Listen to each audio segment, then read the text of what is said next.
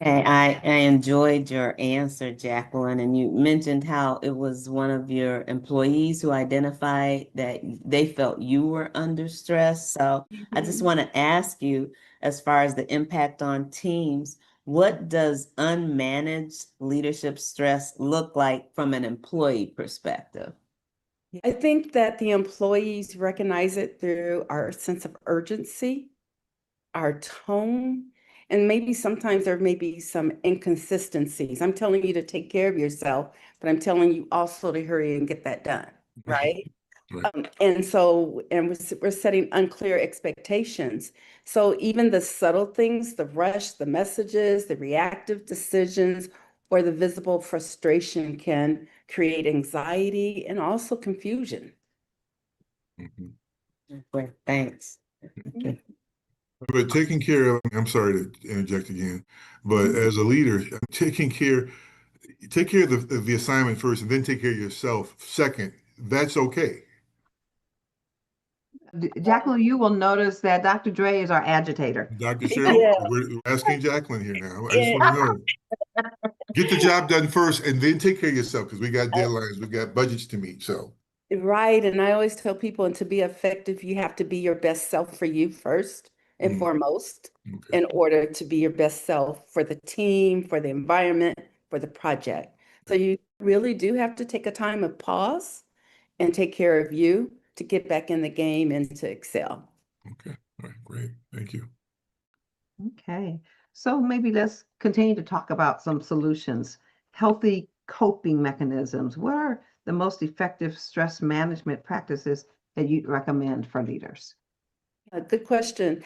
I think first of all and foremost, the coping skills begins before we go into the office. It's really about taking care of yourself.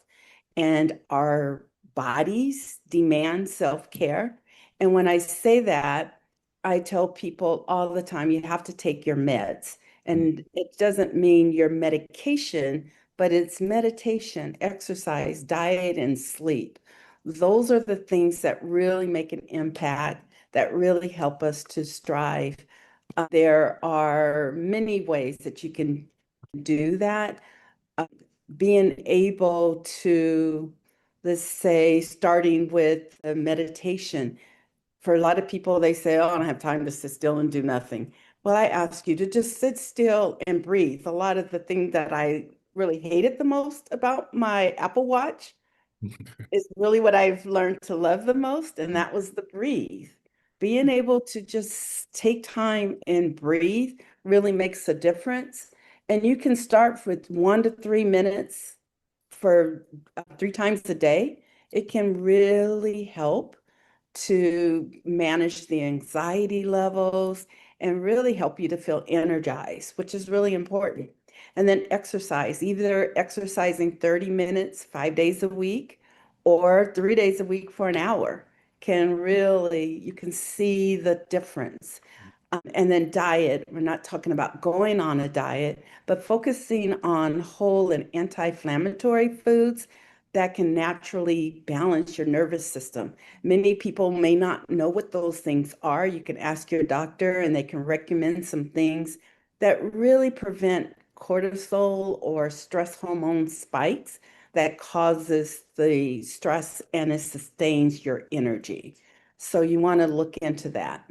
And the sleep, mm, ironically, and I was really bad at this, mm, ironically, professionals need 7 to 9 hours of sleep for optimal performance. mm, And I can tell you, a lot of people come with, they think it's very normal to sleep 4 or 5 hours, six if it's a good day for them.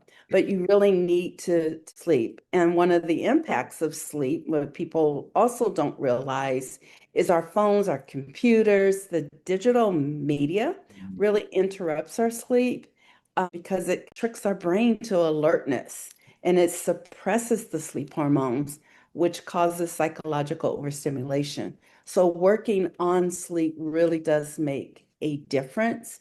And then in order to also sleep, one of the things, oh, I'm just going to have a glass of wine before I go to bed. And statistically, we shouldn't have wine at least 2 to 3 hours before we go to bed, right? Because again, it awakens us. So focusing on those things can really help. Okay, great. Appreciated all of those. And so I'm going to say, Doctor, y'all take your meds. Meditation, exercise, diet, and sleep. Right. So sounds like we need to take a break